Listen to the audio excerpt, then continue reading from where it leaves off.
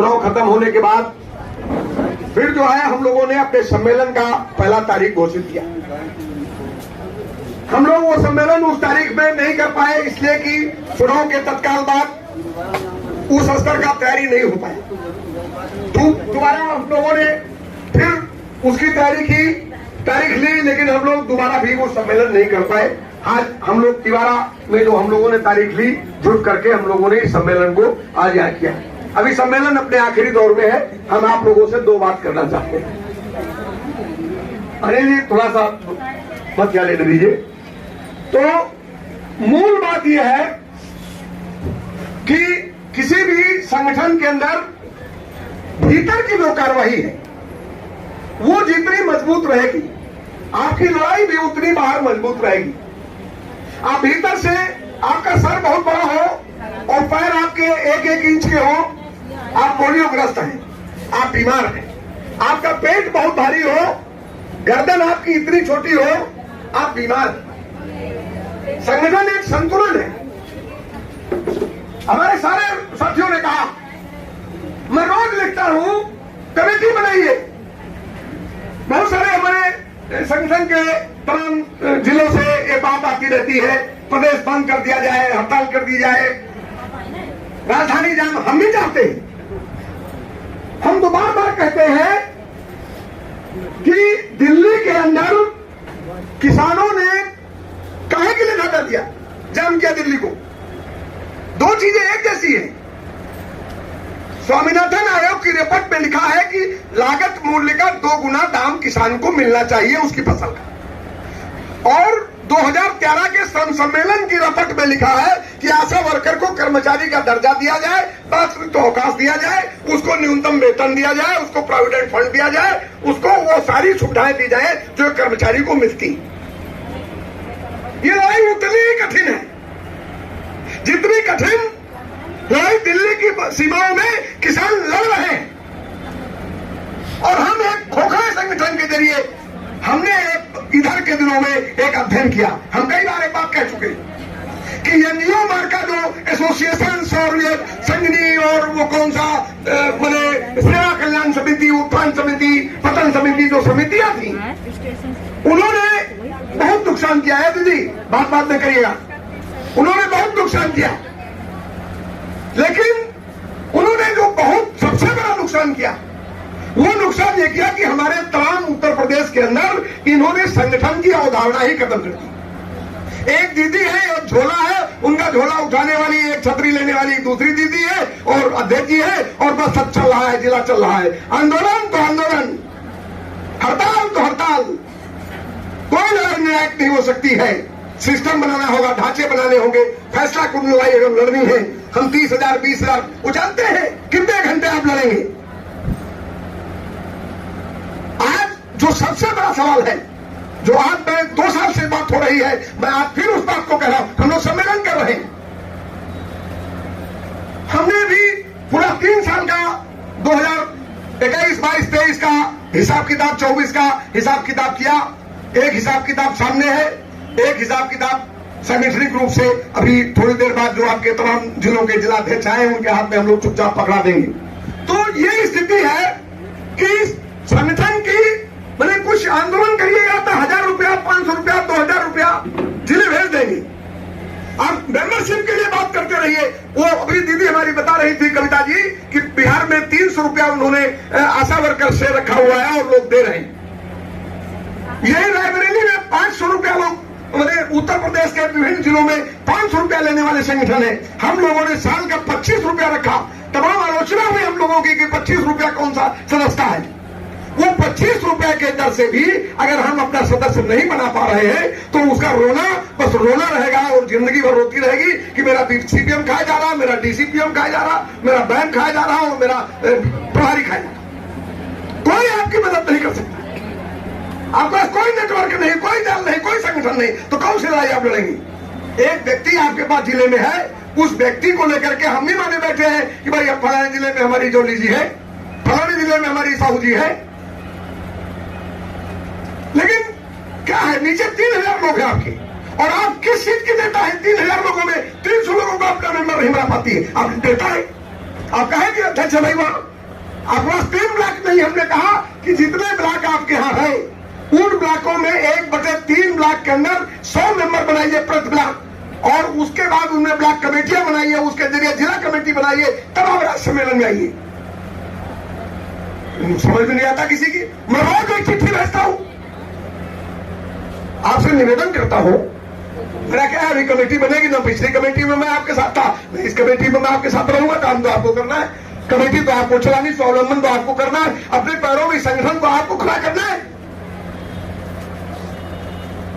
तो इतनी खराब स्थिति उत्तर प्रदेश के अंदर है कि वो जाल जो एनजीओ वाला जाल है उससे बाहर निकलिए। ये अकेले दीदियों वाला संगठन का जो कंसेप्ट है आपके दिमाग में, इससे बाहर निकलिए। हम लोग वार्ता में गए थे और इस हाल में भी कुछ लोग हैं साथ जो उस बातचीत में हमारे साथ थी। हमने कहा कि हमसे जब पूछा गया शुरुआत में, हाँ बताइए, हमने कहा आपके पास हमको देने के लिए कुछ नहीं है। हमारा जो 1.5 लाख करोड़ रुपया चोरी किया आपने 5 साल में, हमारा वो वापस कर दीजिए। और ये जो 2000 करोड़ रुपया आप सालाना हमसे लूट लेते हैं, इस पर आप रोक लगाइए, इसकी जांच की कोई मॉनिटरिंग कमेटी बनाइए। हाहाकार मच गया। हमारे साथ जो वार्ता में लोग गए थे, थोड़ी देर बाद वही हमको समझाने लगे कि अरे आप चुप हो जाइए। हम एक ऐसी कमजोर कमेटी के साथ काम कर रहे हैं। हम वहां युद्ध करने नहीं गए थे, लेकिन हम बातचीत करने गए थे और हमारे सामने एक पूरा सजावट के साथ वो सारे विभाग अपनी अपनी फाइल लेकर के राज्य सरकार के बैठे हुए थे और हमारी कमेटी के साथ ही हम इसे कह रहे हैं कि अरे आप चुप हो जाइए। हम इतने कमजोर संगठन के साथ बैठे। हमने 18,000 करोड़ रुपया तय कराया। हमने तय कराया। अनिल जी ने बताया कि कहा उसने कि कोई काम ऐसा नहीं करना आपका जो बाउचर के अंदर हो। 48 काम उसके अंदर लिखे हुए हैं। 48 काम करिए तो बाउचर भरिए और नहीं मत करिए। क्यों नहीं कि इसको लागू करवा पा रहे हैं?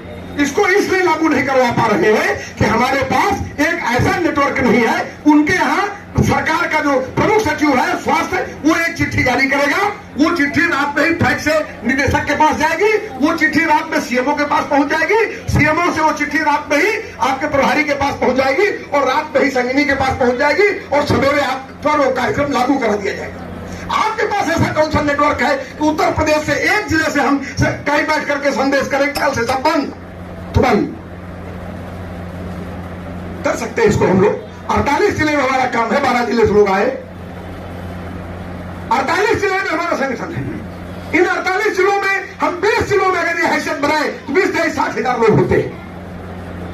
बाकी जिले अगर 500, 200, 400 का भी मदद कर दे तो 1 लाख लोग होते हैं। ये राजधानी है, हमारे सामने बड़ी जिम्मेदारी है। संगठन पहला काम है, वो काम नहीं करेंगे आप कोई लड़ाई नहीं जीतेंगे।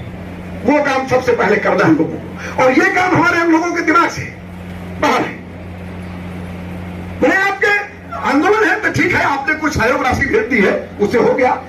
हमको ये सरकार को क्या पता लगेगा और हमको हमारे अंदर वो आत्मविश्वास कैसे पैदा होगा कि हम हड़ताल जैसे जोखिम वाले आंदोलन में चले जाएं, हम राजधानी घेरने वाले जोखिम वाले आंदोलन में चले जाएं।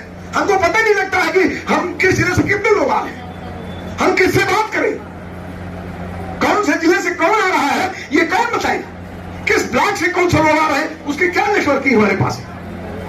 इस सम्मेलन से अगर कुछ सीखना है और इस सम्मेलन से कोई उपलब्धि ले जानी है और नई कमेटी जो आप अभी चुनेंगे उस पर अगर कोई जिम्मेदारी डालनी है तो यहाँ आए हुए सारे लोग और जो भी कमेटी इसके अंदर चुनी जाए उसके ऊपर सबसे बड़ी जिम्मेदारी ये होगी कि आप अगर इस जिले के अंदर 2 लाख लोगों में से 50,000 लोगों को वाकई आप अपने संगठन के धागे में नहीं बांध सकते हैं तो आप कोई लड़ाई उत्तर प्रदेश में जीत नहीं सकते हैं। इसको आप नोट करके रख लीजिए। और जिस दिन आप इस काम को कर लेंगे महीने भर 15 दिन में, इसकी गारंटी है कि लड़ाई जीती जाएगी।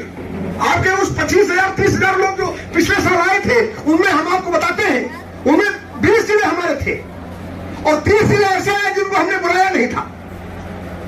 जहां बाद के दिनों में 15 दिनों में संगठन बना, बहुत सारे लोग हर आंदोलन हमको देता है और हम बढ़ते हैं। एक समय में रिपोर्ट आई, अभी आपके सामने रखा गया, 78 तहसीलें और माने 13 मंडल 16 मंडल है उत्तर प्रदेश के अंदर। 13 मंडलाधिकारियों के कार्यालयों के सामने बड़े बड़े धरने हुए और हम लोगों ने घेरा और पूरे प्रदेश के अंदर हाहाकार मच गया। जिस समय उत्तर प्रदेश की धरती में लोग कांपते थे, बड़ी बड़ी राजनीतिक पार्टियां घरों में छुपी बैठी थी जिनके 150 MLA, उनको डर लगता था कि सड़क पर निकलेंगे तो जोगी का बुलडोजर चल जाएगा। तो आशा वर्कर्स ने मुकाबला किया, ये बैठी हुई है रानी, कोर्ट से ने ताला बंद कर दिया और 40 दिन तक ताला बंद रहा।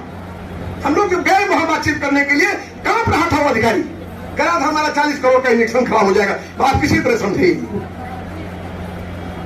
इस लड़ाई को एक दिशा देने की जरूरत है। ये जो छोटी छोटी लड़ाइयां नीचे हो रही हैं, ये जो रोज की तकलीफें नीचे चल रही हैं, इन तकलीफों को रोने से अब काम नहीं चलने वाला है कि हमारा ये वेतन रुक गया, हमारा वो रुक गया, हमारा ये रुक गया। मैं तो कह रहा हूं कि 20,000 करोड़ रुपया आज की तारीख में सालाना आपसे लूटते हैं। और इन्होंने पिछले 2023 में 13 सितंबर तक 19 से लेकर के इन 5 सालों में 1.5 लाख करोड़ का स्कैम किया। और इस आरोप का हजारों बार हम लोग आरोप लगा चुके, इसका कोई उत्तर किसी के पास नहीं। तो लड़ाई बहुत कठिन है, लड़ाई बहुत जटिल है। 45वें श्रम सम्मेलन की जो सिफारिश है उसको लागू कराने के लिए जो राष्ट्रीय पैमाने पर जरूरत है वो कोशिश एक जारी है। प्रदेश के अंदर जो जिम्मेदारी हमको लेनी है वो जिम्मेदारी हम लोग उठाएं, हम लोग ही अपनी कमेटी चुने।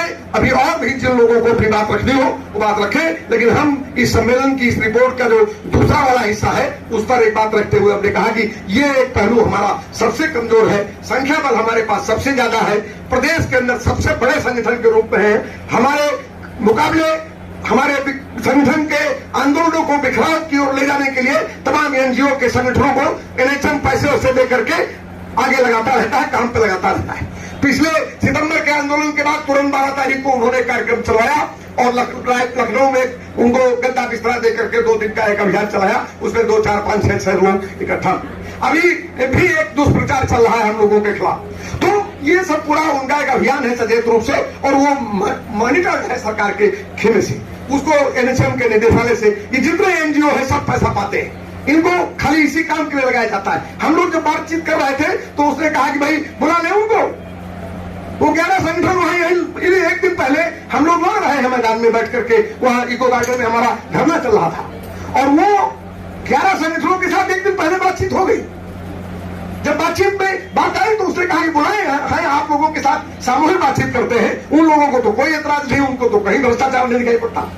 मैंने वो अपने अपने घरों से बुला करके उनको, ये दीदी वो भैया सबको बुला करके होटलों में रखा हुआ, उनको किराया भाड़ा खर्चा दे करके फिर बाद में कुछ पैसा रुपया दे करके उस आंदोलन के पूरी ऊर्जा को खराब करने के लिए उन्होंने एक आंदोलन में कूदा दिया। और मार्च में एक हड़ताल भी 2-4 दिनों में 4-6 ब्लॉकों में, मऊ के अंदर 2 ब्लॉक में, लखनऊ में 3 ब्लॉक में, बाराबंकी, इस तरह से कुछ उस पूरे आंदोलन की ऊर्जा को खराब करने का काम किया गया।